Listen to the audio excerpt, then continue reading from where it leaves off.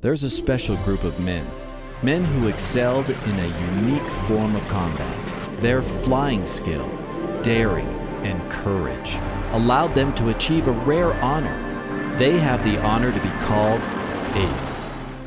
It's the most exclusive club or association in the world. You can't buy your way in. You can't influence your way in.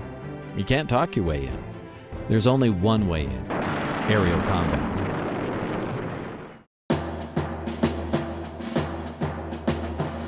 My motive for going to Canada was personal.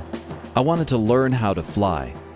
I do not recall any anti-British sentiment, but this was in the summer of 1941, before the US got into the war. At 16 years old, I could shoot 20 birds on the wing with 20 shells. I would lead the target, which was very natural for me. I didn't realize at the time, but I was learning some of the basic skills of becoming a fighter pilot. The civilian pilot program began in September 1941. I entered the program and soloed a J-2 Piper Cub in about 6 rides. December 7th, 1941. 6 or 7 of us J-2 Cub pilots were listening to a radio in one of our rooms when the radio announced that Pearl Harbor had been attacked by the Japanese. I had made no analysis of the wisdom of the war or what was in store for me. But after President Roosevelt declared war in his Day of Infamy speech, I wanted to join the fighting forces. In particular, I wanted to join the Army Air Corps to be a fighter pilot. I didn't join because I was afraid to be drafted. I joined because I wanted to join the fight. My decision to enlist was a necessity. I wanted to get away from milking cows starting at 1 in the morning and then going to school, so it wasn't patriotic. I made up my mind that if I had to serve my country, I wanted to go in the Navy. I would rather sit in the seat of an aircraft than in a foxhole with a bayonet in my hands. I wanted to be a fighter pilot. I was eager to sign up. I was hoping they would take me, and they did. Pilot training was fast and furious. The F-2A, the old Brewster Buffalo. If you lost power, the Buffalo fell like a rock. Likely in the Everglades, there were several that had to be fished out before the alligators had an extra meal. 1 week before graduating, made a wheels-up landing in an AT-6 during night flying. I could have washed out, but was graduated anyway. Learned a good lesson. I had never looked in the cockpit of this fighter. We took off in a 2-ship formation and climbed to about 10,000 feet. You did not take your right hand off of the stick for very long, as the P-51 had a mind of its own. I flew all my combat at age 22, all of it. We were just trying to get through the day. We weren't even worried about tomorrow. Absolutely no plans at all. I honestly thought I'm probably not going to make it, so by God, I'm going to give it hell. And it worked for me. Nothing really funny happens in combat. I was surprised to find the Japanese were shooting back at me. The Navy had taught us how to shoot and bomb the enemy, with no mention of how they would shoot back at us.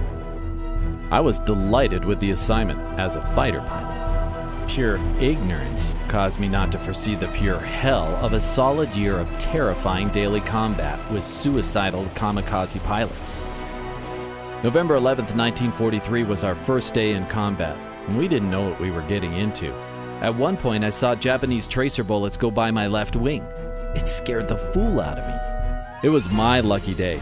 I dodged a bullet that morning, and when they launched me again, just as I left the deck, there was a Japanese dive bomber who made a run on the carrier. He was about 50 feet above the water and about 200 yards in front of me. I had never shot anyone before, but I hit him, and he went in the water. That was my first day of combat.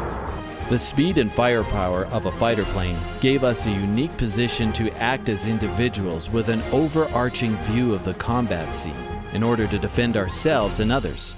Yet a combat fighter primarily engages the enemy to protect those carrying out the critical offensive mission: bombers in the air, ships at sea, or troops fighting on the ground. A Focke-Wulf 190 was coming in at Captain Hughes from 2 o'clock. I told him to hit the deck.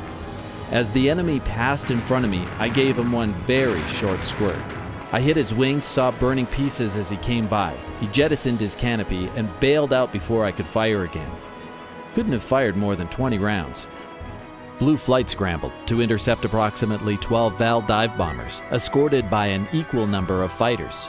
I yelled through the mic, "Bandits at 3 o'clock low, and I'm going down." I was closing in too fast and throttled back to come under the formation at about a 20-degree angle. I opened fire and saw the tracers hitting the engine and right wing. The plane caught fire, rolled over, and into the sea. I did a wing over and came down behind another bomber, gave him a long 4-second burst, and almost shredded his tail. The plane just spun into the water. This was no dogfight. We just clobbered them. I know they didn't see us until we were on them and firing. We came in there and they didn't move or anything. After about 7 or 8 minutes, our part was over because we had burned out our guns. We had shot down a total of 7 and none of us got hit. I was well trained and well equipped. At that time, we had better airplanes than the Japanese, so it was a piece of cake to shoot down those 5 in the evening. The only hairy part was finding the carrier after dark. As one of 3 Corsair pilots intercepting 25 kamikazes, I destroyed 7 Zeros, Franks, and Oscars in 7 minutes. I thought I was the best fighter pilot in the world. That feeling lasted all of 1 hour. Other events put me in my place. I got into a head-on, then a round-and-round dogfight with a MiG-15. After several tight turns, I settled in at his 6 o'clock position. I fired and saw heavy strikes on his tailpipe moving all the way up to his cockpit. He slowly rolled over and went into a long, straight-down dive and disappeared into the cloud deck about 3,000 feet. I didn't see him crash or bail out and was awarded a probably destroyed.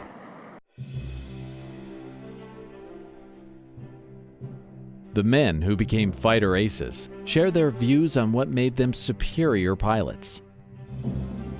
Overcoming stark fear when it stares you in the face, an aggressive attitude, and an overwhelming desire to win.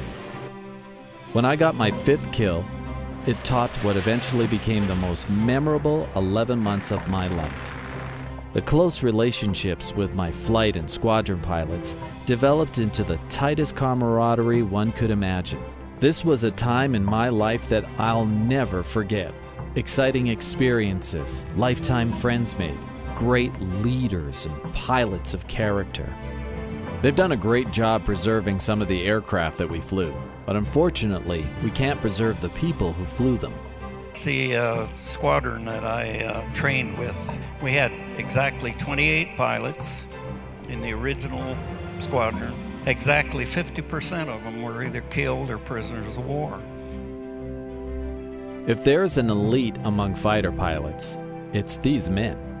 They helped shorten wars and saved lives. It's probably unlikely, based on the lack of today's air-to-air combat, that there will be another designated ace. These men are disappearing, but must not be forgotten.